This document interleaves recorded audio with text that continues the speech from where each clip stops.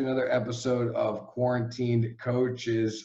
We go back to Stetson this time with Joe Mercadante. How are you, sir?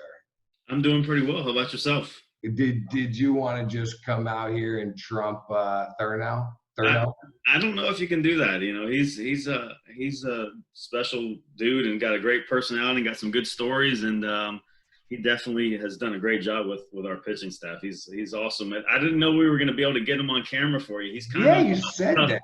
A tough guy to chase down sometimes. Well, I didn't know if you meant he's tough to chase down or just getting on camera wasn't his thing.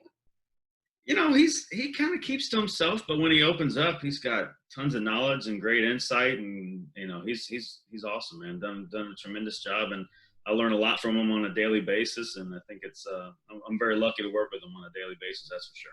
Well, let's outdo him right here. I got a better topic for you today than old school, new school. Right.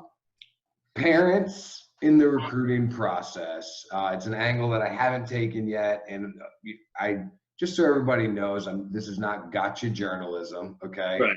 Yeah, you gave me the tougher one. I get it. You know. Yeah, I gave you the tougher one, but I warned you. And this is hopefully going to be one of the most educational ones that we have put together.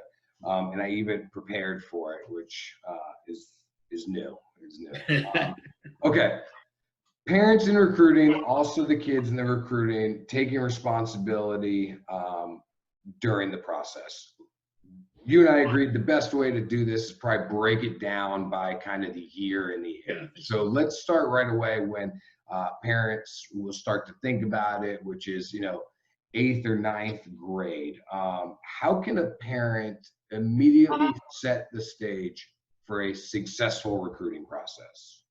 You know, it's such a tough question in the sense that there's really no right or wrong answer. I think what we see happen a lot from coaches, from parents, from families, is the recruiting process is always kind of compared to a peer, right? And it's always, they feel like their window of when they should start is, determined upon how their teammates done, or somebody on their high school team, or somebody on the travel team. And it's so independent on each kid. Kids grow up differently, develop different times, get seen at different times. And I think it's tough. I think the first piece of advice would be, don't put yourself on anybody else's timeline. When the time is right, the time is right. And now understanding when the time is right, I think is the tough part, right? Now we're talking about, most importantly, is there really anything to showcase at that time? Being a nice player and, having good fundamentals and all that stuff's great. If you're 5'7" and 125 pounds, you need to wait till you pop a little bit. You need to wait till you can show some athleticism. I think the guys you see that are getting, working into that process at that timeline that we're talking about are really the physical guys that have advanced and have popped a little bit more, more accelerated and quicker than everybody else, and are the bigger guys of their peers, and are the faster than their peers and stronger than their peers. And that's where I think, the biggest missteps happen, is everybody kind of worries about what the guy next to him is doing instead of kind of self-evaluating and see if there's anything really to get out there and get recruited at that stage yet. So a parent wants to figure out if they're at that stage. They email you some videos of their kid. Are you able to respond to that? Basically, a canned response saying at this point in time, the NCAA doesn't allow us to have correspondence with a family or a student athlete, prospective student athlete, and really, providing camp information and a questionnaire, sample questionnaire is really all we can do at that point. I think for a parent trying to get the information as to whether their son or daughter for softball is ready for that, I think it's important that they try to get somebody that they really trust around them that can help give them some evaluation and kind of say where they are in the process, and whether it's a high school coach, a travel ball coach, a hitting instructor, pitching instructor, catching instructor. Those are all great resources. I would tell you the best resource is find somebody that's not fiscally connected with you, because you're going to get the best information from somebody that you're not paying for a service for, right? And that's the real way to find out, to make sure you're not making a mistake, because all those people that are working with you on a daily basis, yeah, they want the best for you, but they also want to tell you something you want to hear, so you keep coming back. So you keep coming back, right? You want that honest evaluation. Try to find someone that's not, The involved. lessons are working. They're that kind of thing. Right, exactly. Okay, what about after a camp though? Because camps are a little bit different. They've now paid for the event. Right. Can a parent reach out to you after camp and ask you how their son did at the camp? Yeah, absolutely. I think, again, it goes back to the different programs and how they do things. Some schools will give you written evaluations and written,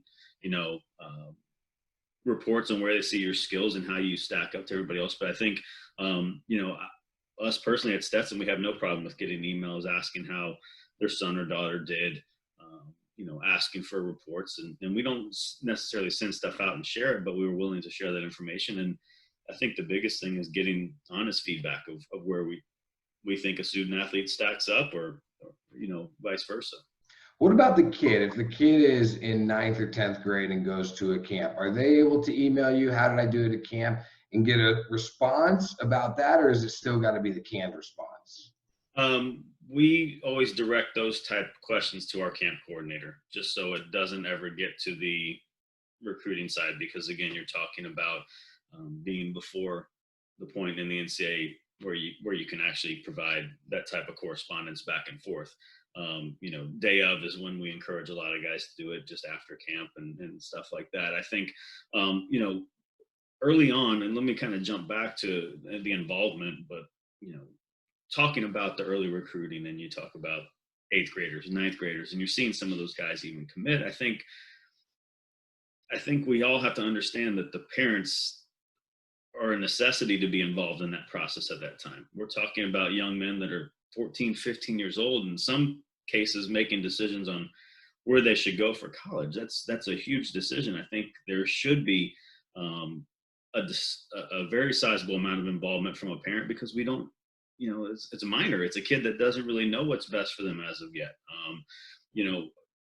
We don't have a whole lot of guys that are at that age that are committed to our program, but the couple of times that we have gone down that road and talked to them, I always make a point to speak to the parent first to make sure that it's okay with them, that we have that discussion and conversation with their son. Because sometimes they know their kids better and know they're not ready or they are ready. And that's a slippery slope to go down early on. In that early part of the process, you guys are a private school. So that's one of those schools that comes with a higher price tag, typically, a baseball aside, just to attend the school. I think, can you speak to any experiences you had where a family had spent the early years, the 8th to 9th grade years, really with doing the financial planning stuff? Because I think that's one area where they could really focus on as the parents, right, that they often don't think about till too late in the process. Yeah, it's definitely something that it's a part of the built-in, disadvantage we have at baseball is finances are ultimately part of the equation, a big part of the equation, 99% of the time. And that's why parents are involved quite a bit more in the decision making in college baseball than they are in different sports, because there is that financial burden, there is that financial responsibility that's placed on the family. I think, I'm a parent now. I look at recruiting a heck of a lot differently now than I did 6 years ago before kids. Now you're sitting there thinking, okay, 10 years down the road, 12 years down the road, we're talking college. Have we done enough? So it's definitely something where you want to plan ahead. I don't think we know at this point, whether our children are going to be playing baseball, football, basketball, soccer, all that stuff. But I think it's always good to prepare ahead of time. And there's a lot of, different things you can do from a saving standpoint that can kind of free you up to have some freedom to help out when you do get to that point. If you do need to add a lot of finances to the college equation, or you're lucky enough and your kid, gets an academic scholarship and takes care of a lot of it. Right, but that's one of the things that you are looking at, right? Like, you're going to ask, one of the first questions is do you have the state prepaid plan, right? Mm-hmm. That's going to change how you look at the kid completely. Yes, no? Yeah, no, that prepaid is obviously something that we look for. There's a couple different plans within that give some parents some flexibility. And then obviously a big part for us, just like everybody, and it sounds like it's a company line, but the academics play a huge part for us being a private institution. Guys qualifying for academic and merit scholarships make a big difference for us. Um, Okay, let's move forward now to, let's say, sophomore year. So right. the kid is still too young to communicate with you directly. Um, but let's also say that this is a kid who's picking up some interest from some schools, or who has at least been identified. Right. What is the parent's role at that point? At this point, this is kind of the time that I personally like to kind of see the parent move into that backup role, and just kind of be the support. I think at this point, especially if we were talking about a young man that's ready to start getting a little bit more aggressive within the recruiting process and really start to get to know the coaches and all that, it needs to be the prospective student athlete. It doesn't need to be the parent. We're talking about young men that are growing up, and it's time for them to take the lead. Emails need to come from them, not mom and dad's account. Phone calls, text needs to come from them. This is when the point in the process that we really get to know the kid, and it's important that we start to develop that connection early on, as early as possible. And ninth grade, eighth grade, they may not be ready for it, but now when we get down the line to that sophomore year and even beyond, I think it's extremely important that the communication goes to the kid. That's important for us as coaches. We're not recruiting mom and dad. We are in terms of how they raise their child, what type of person are we getting. But once you got that figured out, now it's about what are we really getting with the kid. This is just a side question. Yeah. Will you ever looked at parents' social medias accounts? I have a little bit. It's tough to. I try to stay off that stuff as much as I can, other than just doing your due diligence. Don't read too much into it, because Right, but in doing your due diligence, yeah, is that sometimes part of it? it is, but I wouldn't lie to you and say that every kid that I look at, I try to track down the mom and dad and stuff like that. I think, Well, but if something pops up on a retweet or a like that you're like, it's a little strange to, then maybe you start looking into it a little bit more. I think the important point there is that it can happen. Absolutely. I think, again, it goes back to what we said last time. Like the parents are important in so much that they've hopefully done a good job raising that young man, that we feel like it's a really good person to becoming a part of our program. So back to the original part of this, sophomore, some interest, you want to be communicating with them. However, you can't reach out to them directly. So should the parent be helping at all with that, facilitating that communication or passing along information to you? I think, again, if you're at that stage and your son wants this, I think your job is to provide them with the resources and let them understand what they need to be doing, and that is telling your son, hey, have you reached out to this coach lately? Have you sent an email to this coach? Did you upload your most recent video? I think the second you start doing it for them, then it's not going to work out, because that's the same thing of, if you're forcing your son to go hit at the field, you're forcing your son to go do extra blocking drills, you're forcing your son to go take extra ground balls, that's not a true passion, right? That's just a hobby that you're reinforcing. And those are the guys that are going to struggle to have to put in the extra work and push themselves and their teammates when they get to our program. So I think force feeding it or forcing it isn't the right thing to do. I think supporting and making sure you educate your son as to what they should be doing is the most important thing. But at that point, it really becomes a matter of, making sure that they're committed enough to do what it takes, right? It takes what it takes, and at that point, we're talking everything before the junior year. The communication can only be one way.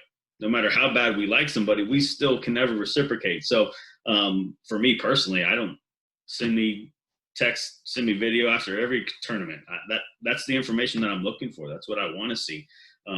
But as I said, once we get down that step in the process, I'd rather be with the kids. It's no secret though that there's middlemen, there's Push it coaches out. that Yeah. facilitate these calls. Like it's not a secret the way the system's set up. If a college coach wants to talk to a kid, then there's somebody in the middle that's telling the kid, hey, here's the number, call the coach at this time. Right. That's no secret here. That's the way the system works. But again, like, could the parent be the middleman, or is the parent just like the kid and you can't communicate with them? Personally, when it comes to recruiting and information, and I'd rather it not be the parent involved.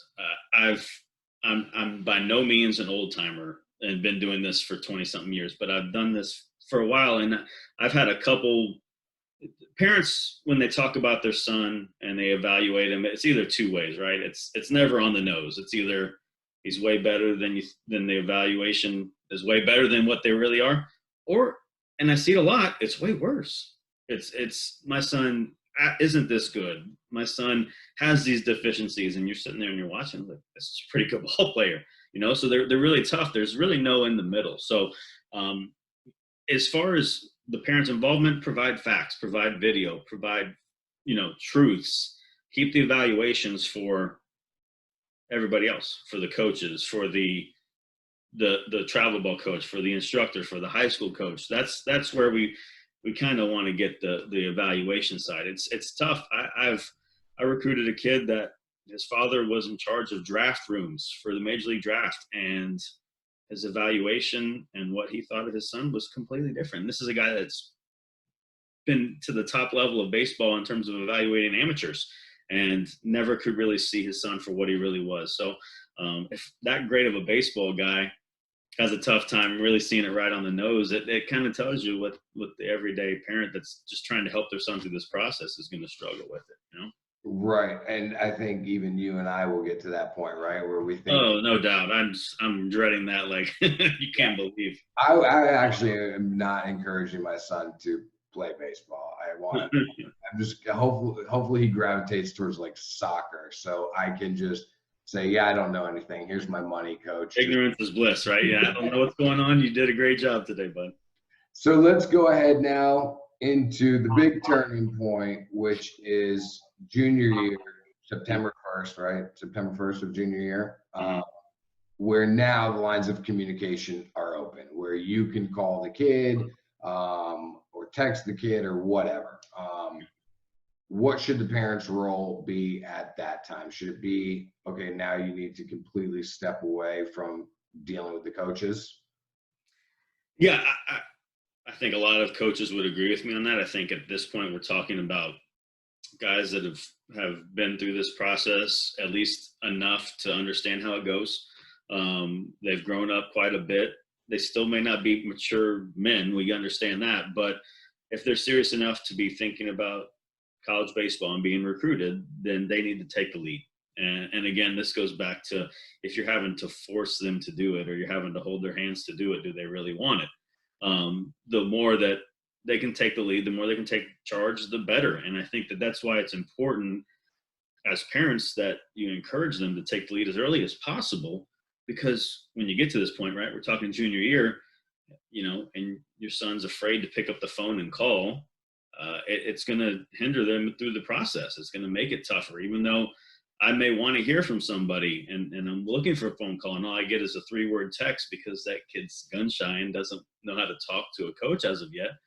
That's a big thing, and that's going to slow the process down. That doesn't mean I'm not going to recruit them, but it definitely makes the communication and relationship building and getting to know those people a lot tougher. So the earlier you can get over that learning curve and kind of get the nerves out of the way, the better, which is why I think it's as important as possible for parents to get into that supportive role and get out of the lead as soon as possible, because it's only going to help your son down the road when it's time for them to take charge.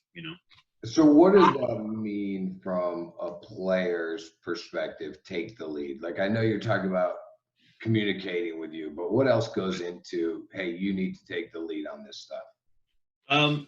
Again, for us at Stetson, it's really about developing the relationship and making sure that we hear the term all the time, the right fit. But people have to understand what they're getting into. And I think even in recruiting right now, everybody's kind of, making earlier decisions. And I don't think any of us in the whole equation really like where it is, right? No, not one of you. I haven't asked one coach that I think says. all of us understand that it's not a good thing. That being said, it's happening, right? So for us, it's important to understand why it's happening. And a lot of those early commitments are, and I get it, and this is the reasoning, well, it's that kid's dream school, right? And that's, okay, you like to wear a t-shirt every Saturday in the fall to watch a football team play that your dad went to that school. That's great, but do you know the coaching staff? Do you know the campus life? Do you know that 80% of their classes are online, or 80% of their classes are in the classroom? There's a lot of things that are way more important than that's the dream school. I think that's a cop out for not really wanting to understand the process and not really wanting to go through it. Because if you are looking for the right fit, your favorite t-shirt as an 8-year-old doesn't make that the right school for you to go play baseball at, And I think there's a lot of things you short yourself on in terms of educating yourself, the family, the parents, throughout that process. So, again, it kind of going in a circle there, but I think it's important that they take the lead of that, because they have to figure out what they're really looking for. And, mom and dad's, preference doesn't make it the right choice for you, because at some point, dude, you're going to wake up in the fall sore, tired, having to study the next day. You've gone 0 for your last 9 in inter squads. You punched out 7 times. And if you're looking at yourself saying, I came here because my mom and dad wanted me to go here, that's not going to make it a heck of a lot easier to get through that next day. The more you can educate yourself and make sure you're making the right choice for the right reasons, that's going to get you through those tough times, because we all know it. The adversity is going to be there. The only thing that makes it easier to navigate is by knowing you made the right choice and you're someplace you should be. Okay, so I get what parents should not be doing at that point, but what should they be doing at that point? I think they have to be involved. I think with the way our sport works, I think with the financial side of it, I think with how early the decisions are made, they have to be involved. I just think ultimately, each family's situation is going to be different. And if finances play a huge part in it, they have to be involved, because they have to understand the finances of it. I think, for me, I absolutely, every time we discuss an offer, we discuss finances, I 100% are making sure that parents are on the line or on the phone, because they have to be involved in that process, and they should be involved in that process. But outside of the finances, outside of those parents making sure they're really comfortable that the coaches they're sending their son to are going to do a good job of raising them and, creating good men and creating good character. When you get to that point, that's kind of the extent of their role, at least in my opinion. Yeah, I talk a lot about your role is to take a lot of video for them, and your role is to, like you were saying earlier, kind of just watch them. Are they doing what they should be doing, so that you as a parent feel comfortable putting out the money to send them to college? Watch what your son or daughter is doing, and make sure that you feel comfortable, like, okay, he really does want to play, before you get yourself into, debt, traveling around, taking them to camps, doing all this kind of stuff. Okay, what about, does it become a red flag when parents are, even at that point, I can understand when the kid is young a little bit more, right? They can't communicate. Sorry, coach, I just wanted to reach out. I know you blah, blah. But when they get to that junior year, is it a red flag if parents are continuously like, hey, Coach Merck, just wanted to send you this video that I got on Joey this weekend? Is it a red flag? I don't know what that face, you just put a headshot up there. Yeah, I didn't mean to. I turned my video off like this, and then. Gotcha. I thought you were showing me your card or something like that. Your trading card there. But is it a red flag? I wouldn't say it's a red flag. I would say it's a red flag if I've gotten 6 emails in a week and I've told the high school coach or travel coach, hey, so-and-so's dad keeps sending me video every day. Like, let him know I'd rather talk to Johnny instead of him, And if that continuously happens, and it keeps going, then yeah, you probably got a helicopter parent. You probably got someone that's on top of it a little too much, and it does become a red flag. I think, parents just trying to help out, and I get it, but once you've kind of made it known that it's not appreciated or needed anymore, and it continues to happen, then yeah, I think you definitely may have something you need to look at there. Why is a helicopter parent a bad parent? Because can't we just, not a bad parent, but possibly not a fit when it comes to recruiting? Like, what are you concerned about? Is it about the parent or is it about the player when you see that? No, again, I wouldn't use the term it's a bad thing. I would tell you um, it doesn't bode well for the type of young men that we're looking for. If what we're looking for is self-motivated, self-doers, guys that are going to wake up, do their thing, make the guy next to them better.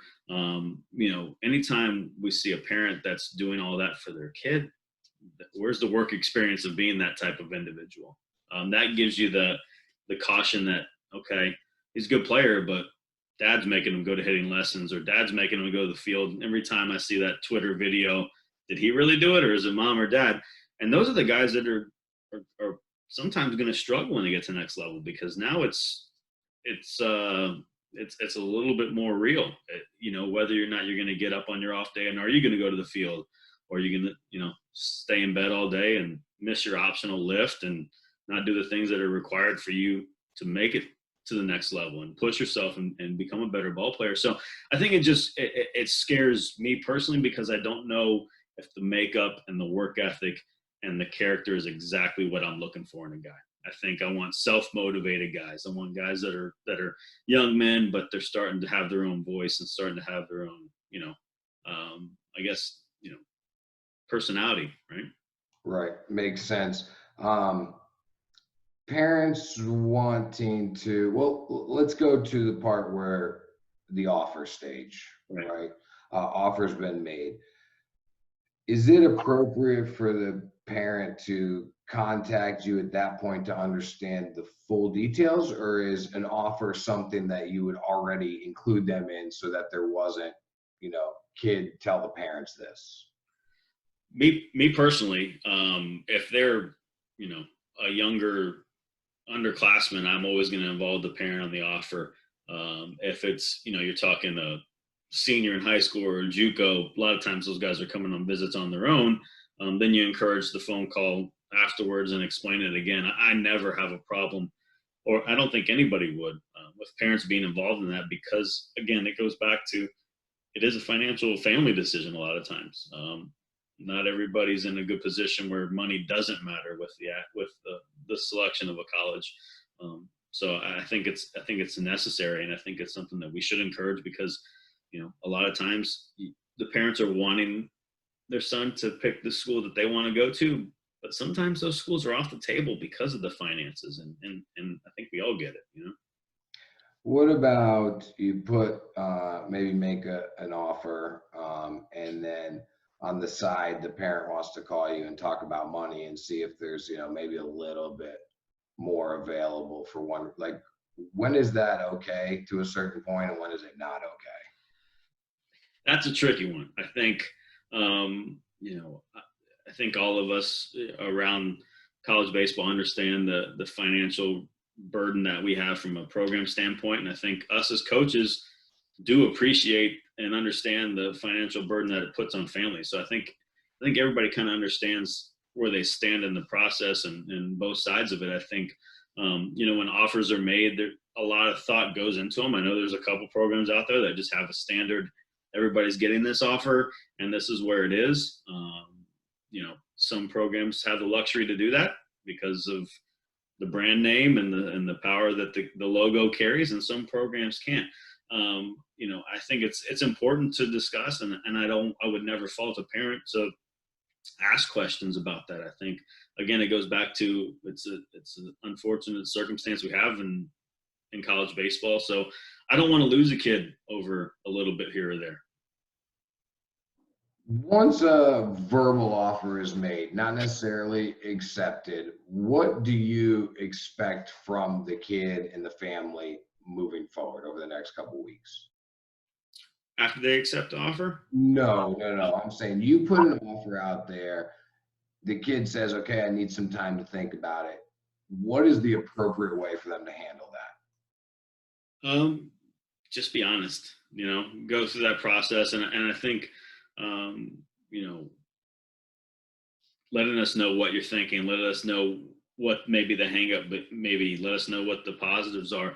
I think honesty in this process is a huge part of it. And, you know, I think I tell my guys this a lot. I think a big part of growing up is having difficult conversations and sometimes sharing information that somebody may not want to hear with them when it's the truth. And, us as a coach, I don't think we want to ever string kids along when we're not interested and vice versa. If they feel like, they're not interested in our school anymore, that's fine, but make sure you're not wasting anybody's time. So I think, really being honest with everybody on both sides to that process is extremely important. All right, so the parents want to take the visit, right? The verbal offer Right. has maybe been made, so we want to go out there and we want to go on the visit now. What is a parent's role during that visit? Um, Number one, let your son enjoy it. Right. Number one, it's not, if we've got you on our campus, it's because we think you're a good kid. We think you can really play. We think you come from a good family. We think that you're going to be a good member of the community at the campus level, a good member of our baseball team, and represent us well. We don't need anybody to try to impress us anymore. The biggest missteps you see is parents pushing kids to be, Johnny Wholesome, and next thing you know, he's kind of overdoing it. Talking too much, trying to shake too. You can sense when it's fake, right? And I think all of us as baseball coaches are, with the recruiting, you get a good feel for feeling people out and understanding people, and you can kind of sense when the stuff's forced, and you can kind of sense when it's phony. I think just being yourself and let us really get a feel for the kids that we're going to be responsible for, the young men that we're going to be responsible for helping on the baseball field and growing up and becoming better members of society. Let us understand them.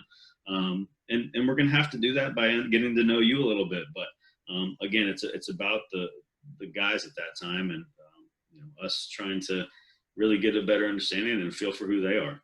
I talk about that all the time, where they approach the situation as if you guys are CEOs of Fortune 500 companies.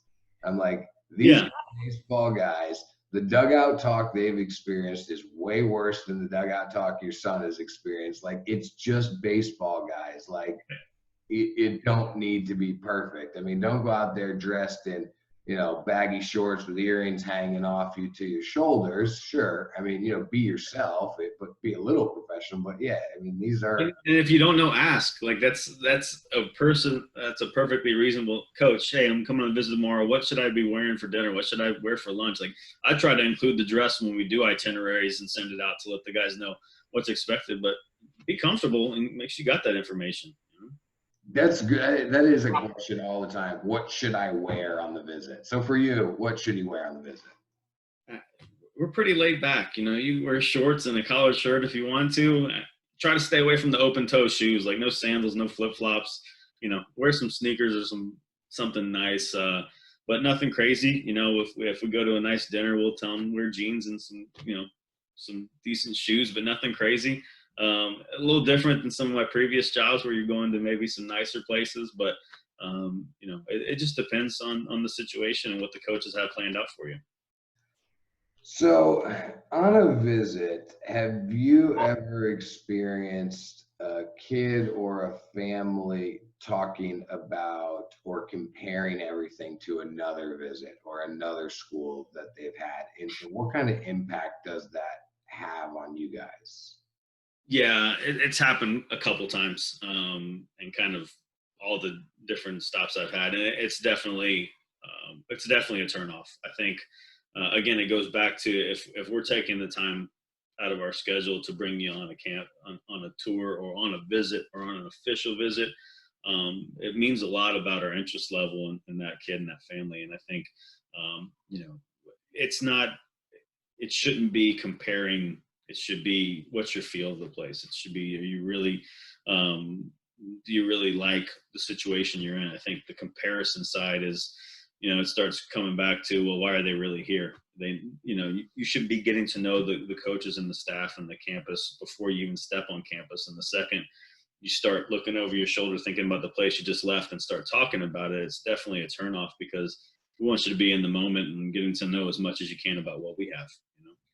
Have you, not you, I'm not going to ask you personally, do you know of situations where, a verbal offer has been made, the kid now comes on, let's say, the official visit, and then their actions or the family's actions, nothing extreme, but just things like we're talking about, have left the coaching staff saying, you know what, we're not going to offer this kid or this family?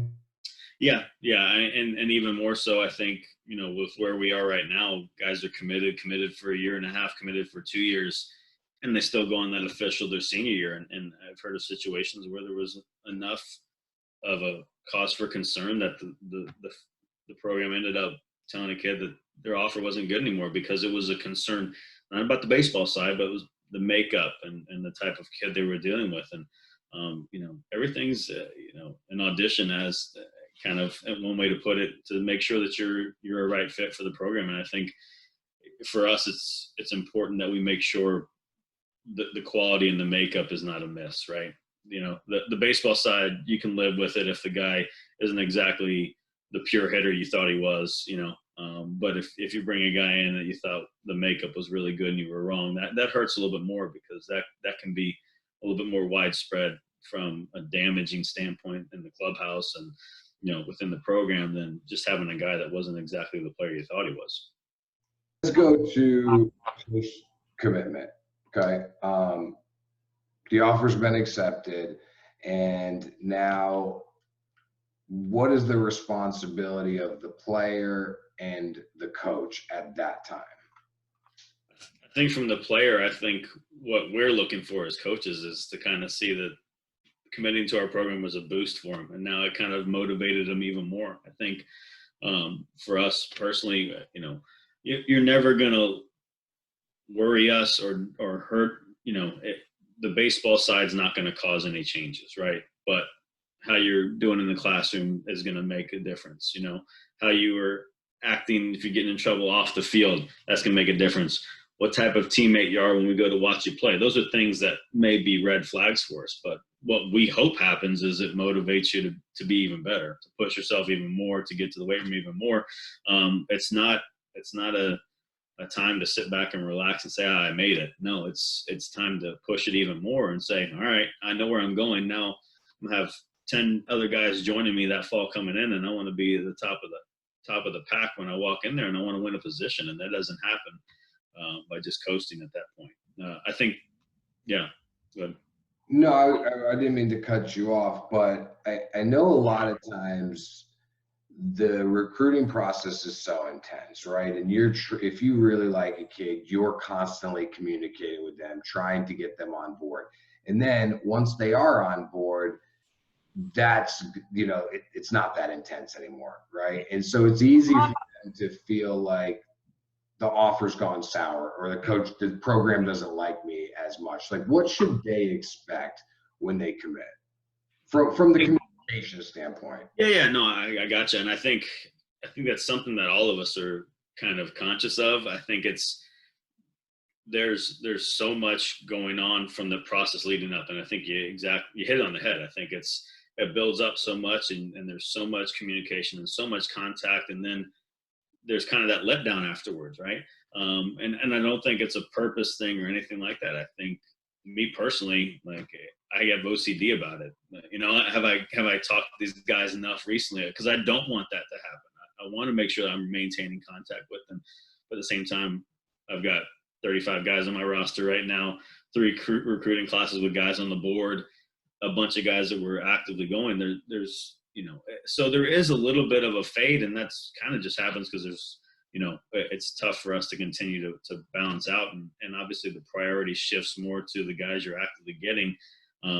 But the second that those kids or families feel like it's a souring thing, I always encourage our guys, like, don't ever feel like you're bothering me. Give me a shout out. I want to hear from you. Sometimes I just can't get to everybody in the week or every other week, you know? What would be some signs that an offer is souring, something is not right with the commitment, and how do you know, like, I don't feel this is right? What are those flags for the family at that point? That's something, Josh. That's a tough one. I don't know what the answer is there. I think the best way is to have a tough conversation, and if it's not a parent that feels comfortable taking the lead there, maybe it's a travel coach, maybe it's a high school coach, just calling and saying, hey, so and so feels like you're out on them. Like, is there something we need to discuss? And I don't think it needs to be confrontational. And sometimes it's some coaches just, once you've committed to that program, it's time to move on to somebody else. And they don't do it out of malice and don't do it from a bad place. It's just that they've kind of shifted the focus to the next group of guys. So it's How tough. long is too long to wait? Coach Merck isn't answering his phone. Well, Right. I try to say, well, it is the middle of the season, whatever, he'll get back to you. But that is one big thing. Now, again, I know you personally, and I know how you do business, and you Right. are one of the best at kids committed to you, staying in touch. But again, you get my Yeah. question. Yeah. I think, trying to, for a couple of weeks, and if you don't get anywhere, then having somebody that, is invested in you making that phone call. And I think as a parent or as a kid, I think as much as you may not want to get that info, if you are right, you want it, right? Because you got to find the right fit. You got to move on and find somewhere if it's not with that program. And I think that using people around you to get that information is sometimes a better thing, because I don't know. It's not something that I've done before in the past in terms of, washing out on a kid and pulling something from a baseball related standpoint.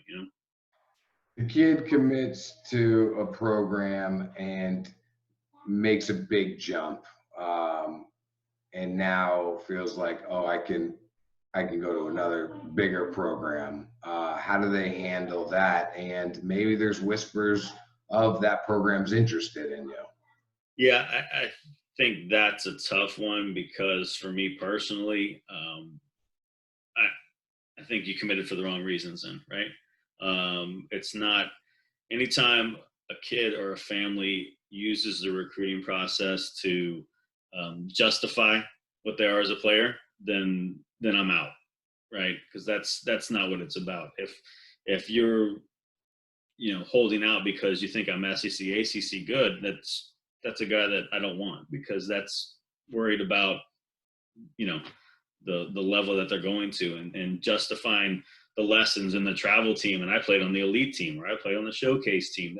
That doesn't matter. I think those are tough pills to swallow for coaches, because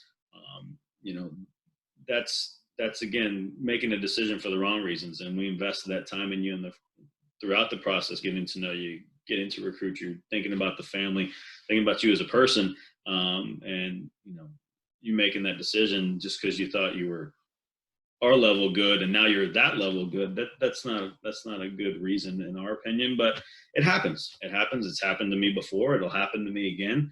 And my frustration there when I have those situations is not at the kid, not the family. It's that I didn't do my job and get to know the type of kid I was dealing with in the first place. So that's the disappointment that I feel.